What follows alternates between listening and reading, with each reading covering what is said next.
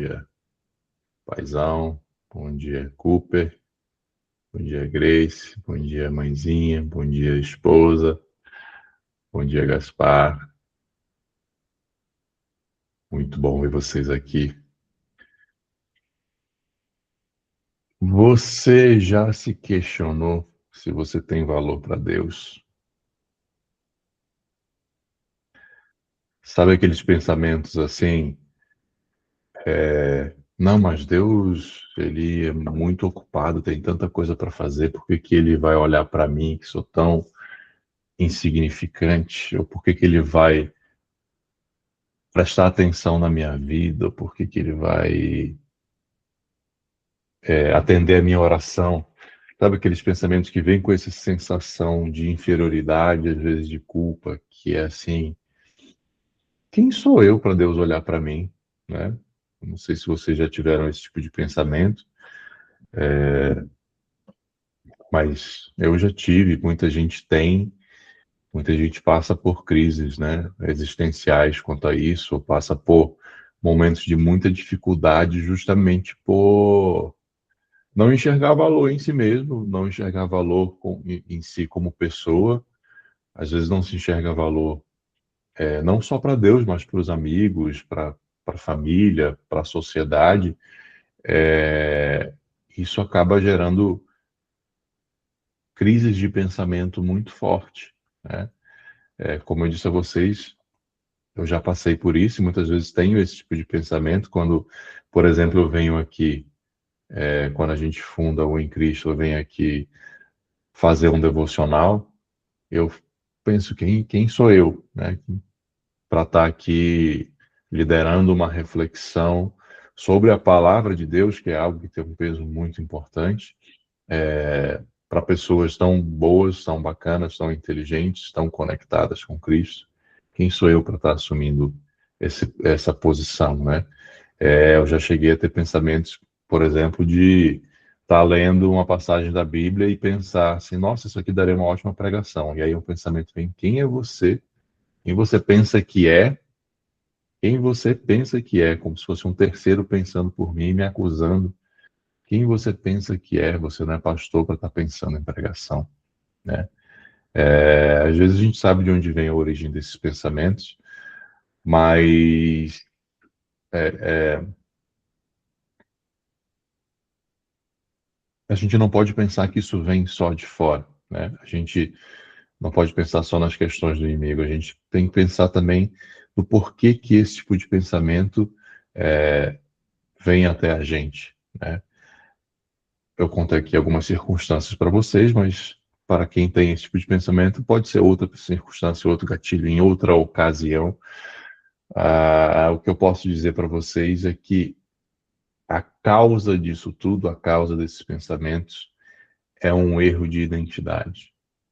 É um engano quanto à nossa identidade. É um engodo que foi sendo construído ao longo de nossas vidas, em diversas situações que foram se somando ao longo do tempo e fazem com que a gente duvide de nossa identidade, né?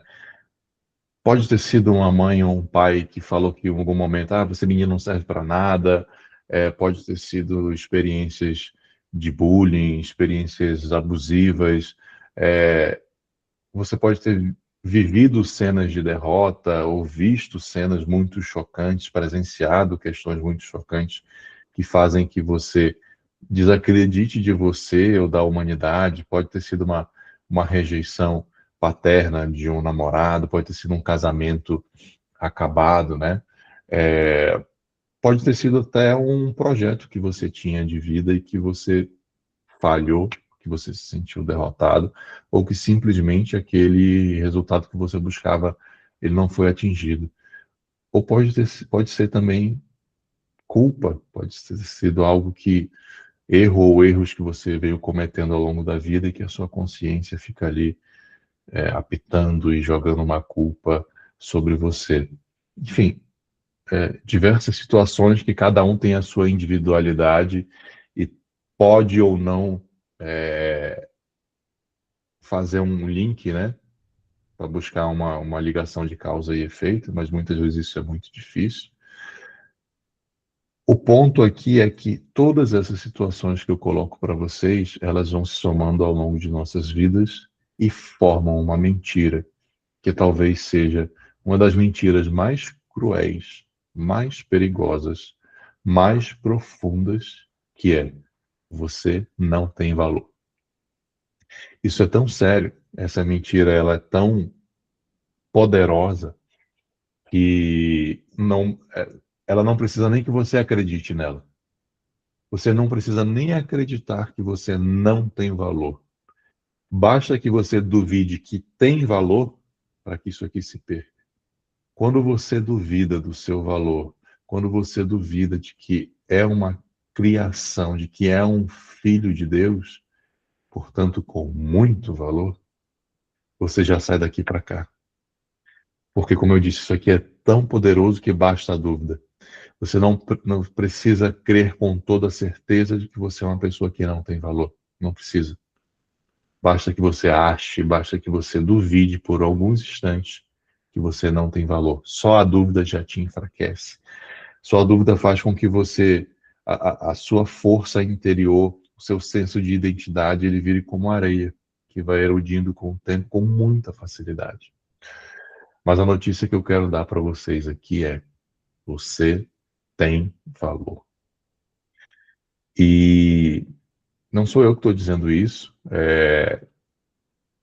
A mensagem do devocional de hoje ela veio para mim quando eu estava ouvindo esse louvor que vocês ouviram com a gente no início. E eu fiquei pensando, né? Onde é que está isso? Onde é que está o você tem valor dentro da Bíblia, né? Onde é que está essa mensagem? E eu queria que vocês pensassem sobre isso, né? Sobre a criação de Deus, sobre tudo que aconteceu lá desde o Gênesis, sobre o Evangelho, sobre a vinda de Cristo, sobre tudo que essa mensagem de eternidade, o que vem sendo construído de eternidade em eternidade, até a vinda de Cristo, depois da vinda de Cristo, o que isso significa para nós, né? E eu fiz uma coisa interessante, não sei se vocês já fizeram isso, mas eu pedi para o chat GPT resumir toda a Bíblia em uma frase. Um desafio grande para o chat GPT. Mas olha que interessante. O resumo da Bíblia em uma frase é: Deus cria, ama e resgata a humanidade caída, conduzindo a história até Cristo, em quem oferece perdão, reconciliação e esperança da restauração final de todas as coisas. Fantástico, né? Ou seja, tudo que é relatado na Bíblia ao longo dos milênios, desde a criação do universo, ou para usar a linguagem bíblica, de eternidade em eternidade, tudo que acontece tem a ver com você. Tudo que acontece, tudo que Deus fez, Ele não fez para você, mas Ele fez pensando em você. Ele fez tendo um carinho, um cuidado, um amor, pensando em você. Paulo vai dizer em Colossenses que tudo que foi criado em Cristo, foi criado por Cristo e foi criado para Cristo. Mas ele também vai dizer lá no capítulo 1, versículo 22, mas agora ele os reconciliou pelo corpo físico de Cristo, mediante a morte, para apresentá-los, todos nós, como santos e inculpáveis, livres de qualquer acusação. Lembra que eu falei lá no começo que essa sensação ela vem de uma sensação de culpa, de não merecimento? O que Paulo está dizendo é que quando Cristo vem e faz o sacrifício, nós estamos livres disso. Livres de qualquer culpa e livres de qualquer acusação, desde que continuemos alicerçados e firmes na fé, sem se afastarem da esperança do evangelho que vocês ouviram e que tem sido proclamado a todos os que estão debaixo do céu. Esse é o evangelho do qual eu, Paulo, me tornei ministro. Então pensem, a humanidade é criada, ela cai, Deus nos perdoa e nos resgata. Mas a gente continua com a nossa natureza, continua caindo, continua pecando, continua errando. Então ele manda o seu filho, e através do sacrifício do seu filho, ele nos oferece perdão, reconciliação e a esperança de que tudo irá se restaurar. Ele fez tudo isso por nós. E como que a gente ainda consegue achar que não tem valor? Não faz sentido, né? Se a gente tem consciência de que Deus fez tudo isso por nós, como que a gente consegue achar que não tem valor? É claro, gente, que diante da grandeza de Deus e da nossa pequenez, nós realmente não somos nada. Diante da santidade de Deus, diante do que Jesus fez por nós e da nossa natureza pecaminosa, a gente não merece nada. Mas a grande questão do Evangelho é que ele, em sua misericórdia, ele escolheu nos criar, nos adotar como filhos, criados à sua imagem e semelhança. E nós não podemos e não devemos abrir mão nem nos esquecer disso. Por mais que a gente erre, que a gente esteja mal, que a gente cometa uma falta, que a gente faça algo que não era para fazer, que a gente tenha uma experiência que nos traga essa sensação de inferioridade, a gente nunca pode esquecer que fomos criados à imagem e semelhança de Deus. E que somos filhos amados e herdeiros e co-herdeiros com Cristo. Porque a partir do momento que a gente se apega a essa certeza, a nossa identidade fica inabalável. Inabalável. E como eu disse a vocês, não sou eu que estou dizendo isso. Eu quero trazer agora algumas passagens da Bíblia que vão reforçar esse senso de identidade, de filiação em todos nós. Quero ler com vocês algumas passagens breves. Salmo 139, verso 13 a 16. Tu criaste, Senhor, o íntimo do meu ser e me teceste no ventre da minha mãe. Eu te louvo porque me fizeste de modo assombroso e admirável. As tuas obras são maravilhosas, eu sei disso muito bem. Os meus ossos não estavam escondidos de ti quando em secreto fui formado e entretecido nas profundezas da terra. Os teus olhos me viram o meu embrião. Todos os dias determinados para mim foram escritos no teu livro antes de qualquer deles existir. Vamos lembrar da, da parábola da ovelha perdida que Jesus conta. Qual de vocês que possuindo 100 ovelhas e perdendo uma, não deixa as 99 no campo e vai atrás da ovelha perdida? E não é só que ele vai atrás da ovelha perdida. Quando a encontra, coloca alegremente nos ombros e vai para casa, reúne os amigos e fala: alegrem-se comigo, vamos fazer uma festa, pois eu encontrei a minha ovelha perdida.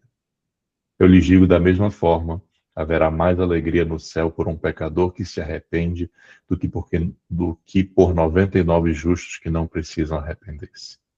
A mensagem da dracma perdida e do filho pródigo e do filho perdido é a mesma mensagem. Parei para pensar na passagem, no relato da mulher samaritana. O texto vai dizer em João 4,4 que era-lhe necessário passar por Samaria. Por que era-lhe necessário? Quem já estudou esse contexto sabe que os judeus não passavam por Samaria por uma questão de briga deles, de preconceito. Eles davam uma volta muito maior, eles caminhavam muito mais para não pisar, para não botar o pé em Samaria. E o texto vai dizer que era-lhe necessário passar por Samaria. Então, era necessário por quê? Porque Jesus entendeu que era necessário encontrar aquela mulher, uma mulher, que daquele povo que os judeus consideravam um povo pecador, fosse talvez a mais pecadora aos olhos humanos. Mas para Jesus era necessário ele ir lá encontrar com ela e ter uma conversa com ela e falar para ela assim: ei, Eu sou a fonte de água viva. E quem beber dessa água não terá mais sede. Para pensar. Já pensou Jesus desviando o caminho dele só para encontrar contigo? Esse é o teu valor. Esse é o teu valor. Vamos para o verso mais conhecido da Bíblia? Porque Deus tanto amou o mundo que deu o seu Filho unigênito para que todo aquele que nele crê não pereça, mas tenha vida eterna. Pois Deus enviou o seu Filho ao mundo não para condenar o mundo, mas para que o mundo fosse salvo por meio dele.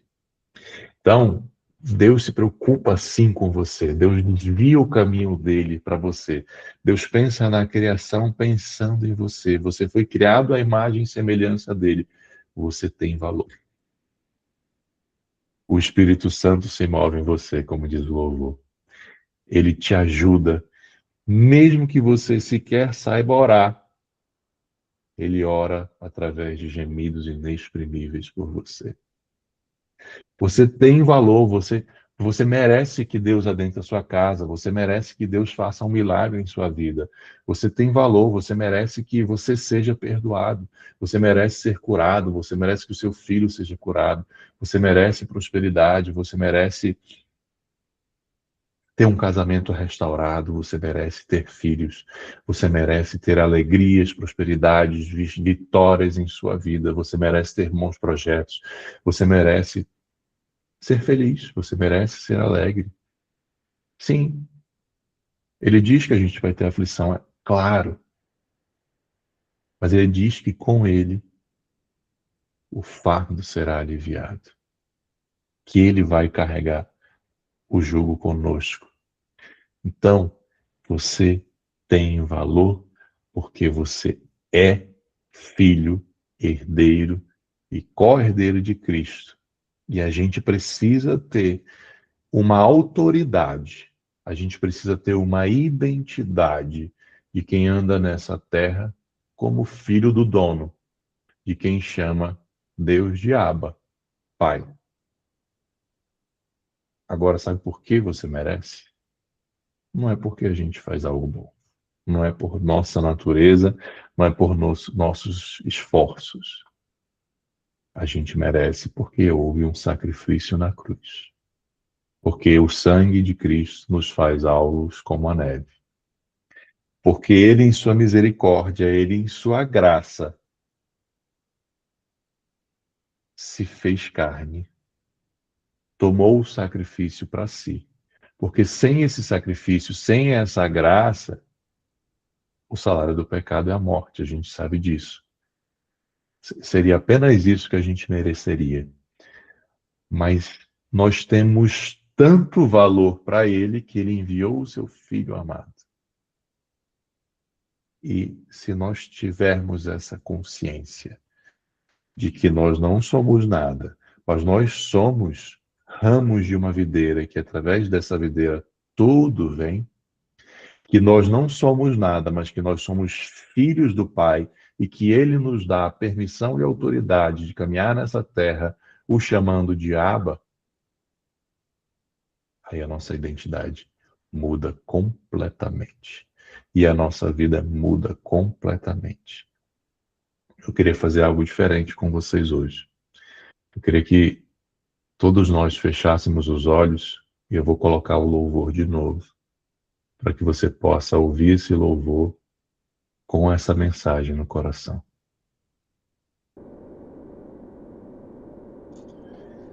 Eu quero te pedir do fundo do coração que você vá para a sua semana com essa identidade fortalecida.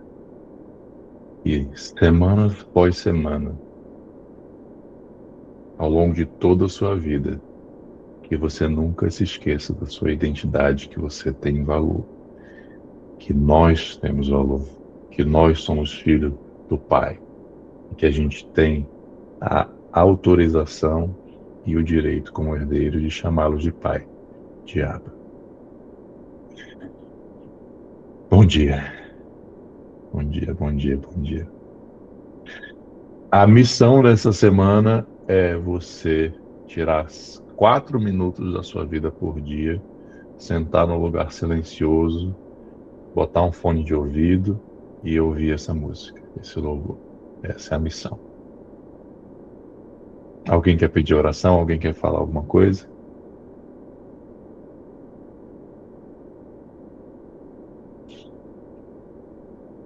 Ninguém? Cris, Gaspar, Hermon, Cooper, ninguém? Leila, Humberto, Lude. Então vamos orar.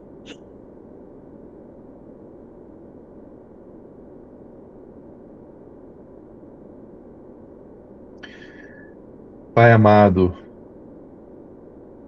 Pai, às vezes nós nos sentimos tão pequenos, tão inferiores, tão irrelevantes diante de toda a tua criação.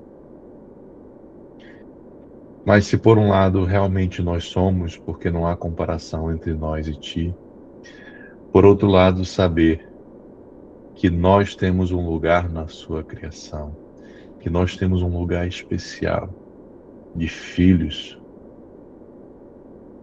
deve nos revestir de toda a força, de toda a identidade, de toda a coragem, de toda a ousadia, de todo o senso de pertencimento e valor em ti. Pai, não nos permita que, nunca mais, Senhor, permita que a gente se sinta inferior. Nunca mais permita que alguém diga que nós não valemos nada ou que um pensamento sequer entre em nossas mentes, em nosso coração e em nosso espírito. Sejam pensamentos nossos, sejam pensamentos do adversário. Não permita que isso aconteça. E se ele entrar, Senhor, não permita que nós o cultivemos. Que imediatamente nós nos lembremos do que foi dito hoje aqui por ti para nós.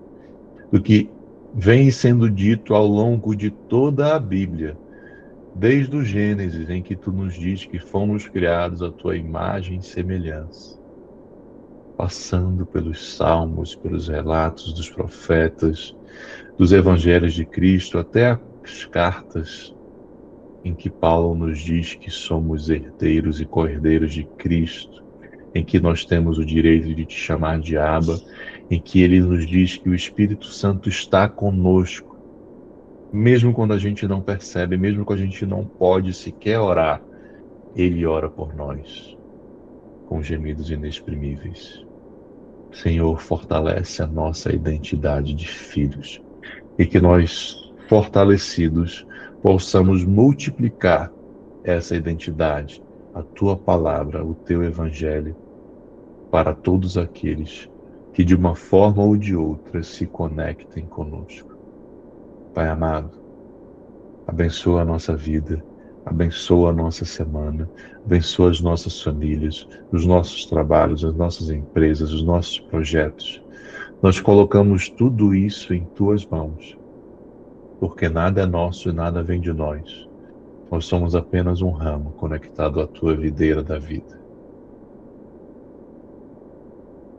Obrigado, Paizinho, por tudo que tu fizeste e faz por nós.